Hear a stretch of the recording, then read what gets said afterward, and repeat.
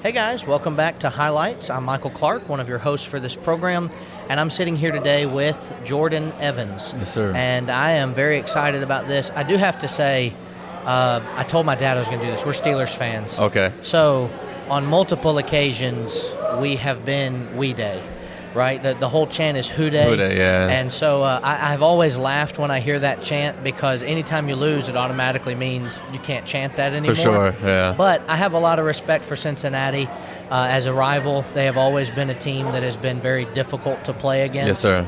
And especially with Joe Burrow now and Right. all that's been going on, they've got a lot of great players. But you played with the Bengals from 2017 to 2021. Yes, sir. And so you were a part of some pretty special years there in Cincinnati, but also a few years prior to being that Right. special team they've become in the last few Right. years. So the most important thing, though, is that you're a Christian. Yes, sir. And I want to talk primarily about how you became a Christian, how your process in college and then the NFL went, and then also in the XFL. Yes, sir. So why don't you just introduce yourself to people and we can keep going. Yeah, so as you said, my name is Jordan Evans. I was blessed that from the work of a man named Willie Franklin, Yeah. I know Willie. who was walking on campus one day and having Bible studies, and my dad, coming from the Catholic background, walked in to drop off some subwoofers to a friend's house, and he actually walked into a study that Willie Franklin was having. How about that? And it was, my dad was taught the gospel, and my mom, coming from the Baptist background, was taught the gospel. And they ended up getting married and having me, and my sisters, I have two younger sisters as well, so we were blessed to grow up in the church. I'm very thankful for that. I'm thankful for the acceptance that my parents had, because I understand how hard it is. And so they kind of did the first step for me. And then growing up in the church, growing up with the teachings and the sound doctrine, you conform to it, you transform into it, you accept it, and then it's your own faith. Right. And so that started in high school. Went to college, went to the NFL, and honestly, while I retired from the NFL, I was still as a free agent, and during my free agency, I actually was re-immersed, had some understandings, had some doubts that I had to get over, and there's a lot of growing pains through those years, as I'm sure many Christians, whether they're an athlete or whether they're working regular fields, they all go through. Yeah. Well, I love the idea that we sometimes hear people say it is impossible to be a Christian and be an athlete or a musician or whatever.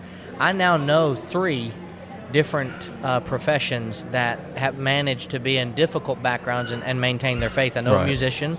I know a NBA player, former NBA player with Norris Cole, and now I've met you. Yes, sir. From the NFL. So talk to me about the NFL process. What a day looked like for a Christian in the NFL and how difficult that might have been and all that entailed with that. Yeah, well, what I'll say is one of the first difficulties, especially in the NFL, is you play on Sunday. Yeah. Right? And Yeah. so I was talking earlier with a friend of mine that it was no surprise to me growing up all my life, Sunday mornings, Sunday nights, and Wednesday nights was non-negotiable.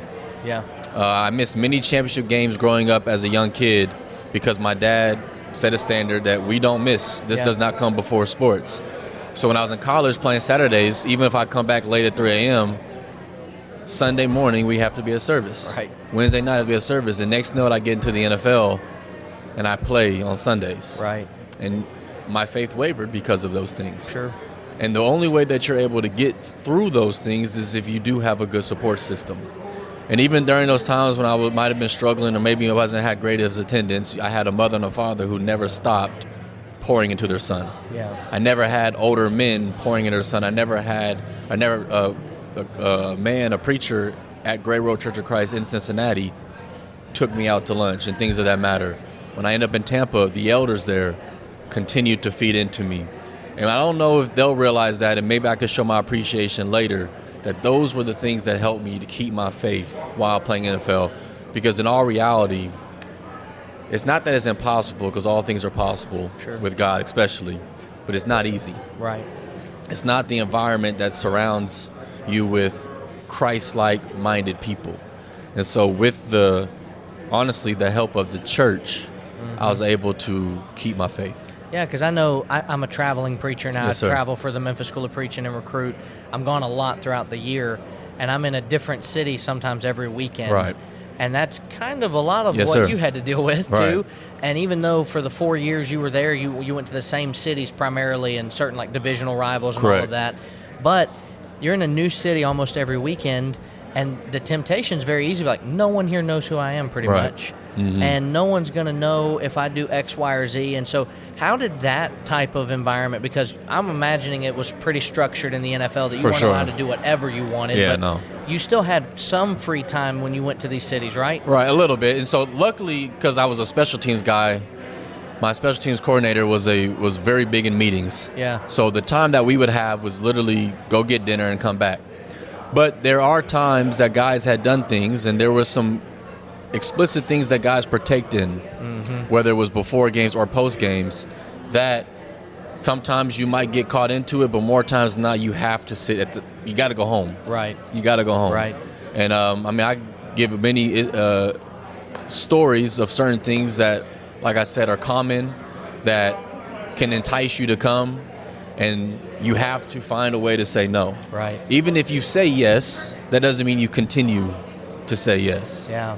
Now, I know that you played in that special Super Bowl run. Yes, sir. Now, you were also there. Wouldn't that be the year before that when y'all played against were you on the teams that beat the Chiefs, right? So that was in 2021. Yes, sir. We beat the Chiefs, which led us to go to the Right. Super Bowl.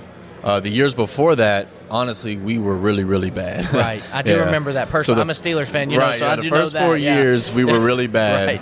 And then 2020, Burrow came, but he blew his knee out. Right. And then we kind of fell down. And then 2021, we made a complete flip and ended up going to Super Bowl. We ended up Right. losing to the Rams. Right. And I feel bad for rooting against y'all in It's that okay. Super Bowl now, knowing there was a brother on the team Yes, sir. that I appreciate. But I was cheering very hard for Matthew Stafford that night because Yes, sir. I did not like how well y'all were playing. Right. Because it was so out of nowhere, because for years the Steelers fans and others have said the Bungles, not the Yeah. Bengals. And I know you've heard all of that before, Right. as especially being a part of that city for 4 years. But to watch just literally what it felt like was Burrow got there in 2020 and obviously hurt himself because the offensive line wasn't as great as it could have been. Right. That offseason, though, y'all went and got a whole new offensive line, basically. Yes, sir. You get Jamar Chase coming in as well, and it was like a light switch flipped, and all of a Correct. sudden, y'all are just destroying everybody that you're playing. And were it not for, a really tough defensive final drive, Yes, sir. y'all probably would have won that game. For sure. And so I know that had to be heartbreaking, especially not being able to be on the field. Right. Talk about that Yeah. season for you for a moment. Yeah, no, I was very excited going into that year. And honestly, 2021 will always be a remembered year, not only because I went to the NFL, but because of the things that came from that year. And so for the year in itself, I blew my knee out week 5. It was devastating. You tear your ACL, that's like, in football world, it's like the red cardinal sin. You know what I'm Yeah, saying? Like, it's right, like, oh, yeah. you done blown your knee out. And so I had a lot of questions because I was on a 1-year prove-it deal. But that kind of jump-started me back into really getting back serious in my faith. Yeah. That in all reality, when I blew my knee out, I needed to rely on something. And so I started studying again more and reading more and having Bible studies with people, especially some of my friends from back home. Yeah. And so Super Bowl comes around, and I wake up that morning, and honestly, I wake up crying. All your life, you had dreams to go to the NFL Right. and play in the Super Bowl, and the one time you go there, I'm on the sideline with a knee, and I Yeah. call my father, and he tells me, well, you still go be a good teammate. And I've never stepped foot again in the NFL. My last snap ever in the NFL was when I blew my knee out. Yeah. And honestly, I sit here and stand here today, and I tell you that's the best thing that's happened to me. Yeah. That's the perspective, right? I know, Yes, sir. like you said, look, I know this is fun to talk about with somebody that gets it from the perspective of God did not bless me with the ability to play football at any Right. professional level, but I am really good at Madden, okay? Right. Like I won a lot of Super Bowls Okay. in that game. But I play that game and I think, man, what would it be like to get to suit up? But I'll never know. Yeah. And unfortunately, you never got that experience either, but you were close. I was right there. And yet, your Uh-huh. perspective is not. It reminds me a little bit of Solomon from Ecclesiastes. Uh-huh. Your perspective is not, man, this was all that was worth it. I got to get Right. back and do this again. It was, you know what? It was a special thing. I wish I could have done it, but it wasn't the end all be all of my life. Correct. It And- was really it was a blessing in disguise that as a 30-year-old man now who's removed from the league can sit back and reflect. And obviously, I wish I would have learned the lessons I learned without having taken those bumps and bruises. Sure. But things had to happen how they happen. And yes, I'm blessed. I'm thankful. I'm appreciative of my NFL career. I think sports is a tool to be used for good. Right. Yes, it's been corrupted at times. And I do have influence today, especially with the youth and things of that matter.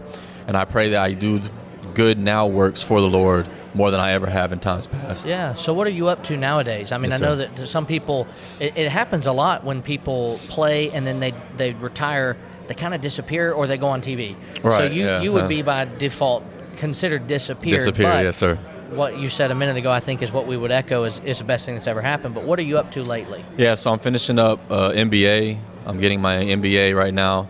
I'm also currently in the World Video Bible School program. Yeah. Just added to my knowledge, Yeah. doing ministry work, trying to get more involved in some form of preaching and teaching and just being a servant for the Lord, and then figuring out how I can support myself, whether it's coaching at the high school level, maybe my MBA opened up opportunities. I officially retired last year, and I enjoyed retirement. I did some traveling and stuff Yeah. like that. And so now I'm just trying to figure out where my 2 feet will land. And Yeah. I'm- Does it feel strange to be 30 and say, I retired? Yeah, well, so usually what I say is I retired from playing, but Right. not from working. That's right. That's usually That's how I say right. it, because people say it all the time, you're 30, you're retired. I was like, okay, not like that. Like, I Yeah. still got to get a job eventually. Sure. I'm just trying to figure out what my lane is. Sure. Well, I say sometimes in a sermon that I do on Luke 9 where it talks about, putting tradition over Christ. And I talk about sports sometimes has Right. become that tradition. Of course. I often have made this statement, the likelihood is your kid's probably not going pro. Right. But even if they do you really want them growing up in an instilled environment of God doesn't come first? Right. And I think what you said at the beginning of this was important because it shows the instilled fact of God first that Yes, your sir. family put within you. That was no matter what, whether you get in at 3 a.m., 4 a.m., whatever, church Right. is the first thing you're going to see on Sunday morning. Right. And so what would you tell some young aspiring athletes and those that might even be good enough to go pro, what would you want to kind of impart to them? Well, yeah. Again, it's a tool. Yeah. It is not who you are. It's not your identity. Your identity is only in Christ. Your skill set doesn't guarantee you any spot in heaven, right? So Right. those things aren't what's profitable. Those things, as Paul or as Matthew talks about, or Jesus uses obviously in the book Yeah. of Matthew, Jesus talks about what does a man gain to gain the whole world but lose his soul. Yeah. There's no profit in that. Paul talks about there's no physical benefit of work compared to your spiritual benefit Right. of your physical body. And so those are things, if you keep that as an understanding. But the tool that's supposed to be used is not that, oh, I'm a good athlete, people listen to me. It's the fact that people look into your life. The best advice I got was from a woman when I graduated. She told me you live in a glass house. Mm-hmm. And when people sit there and see, oh, he's a OU football player, he's an NFL player, and he carries himself this way, that does more work than the fact that I say things. Your actions is what supports it. Yeah. And because what my dad did at a young age, yes, it instilled in me, but 20-something years later, I'm on a trip with a man who says the only thing he remembers about me on the baseball team is that Jordan was never there on Sundays because I had to be at church. Right. He was a kid and remembers that. Yeah. Now, Lord willing, a conversation will come from that, Yeah. but that's the example that you're supposed to do, and I think that's what's supposed to be used. So, yes, have aspirations to try to make it. Work hard. God blessed you with these abilities. Don't put them to waste. But understand that your identity isn't in the game. Your identity is in Christ. Yeah. And that always comes first. That's right. Now, I don't know as much about the NFL and Christians that are in there. Do you know of other Christians that are currently trying to play or that played at around the same time that you are that, kind of giving some encouragement that it's not just you? I know that Elijah said, I'm the only one Yeah. left. And God reminded another 7,000 haven't bowed their knee to Baal. Yes. Did you have a network that you could kind of lean upon, or was it lonely? It was lonely. Yeah. It was lonely. There are people who claim Christianity, and there are people who practice good morals. And so, yes, you can gravitate towards those. But Sure. when we talk about the Lord's church, it's very, very few.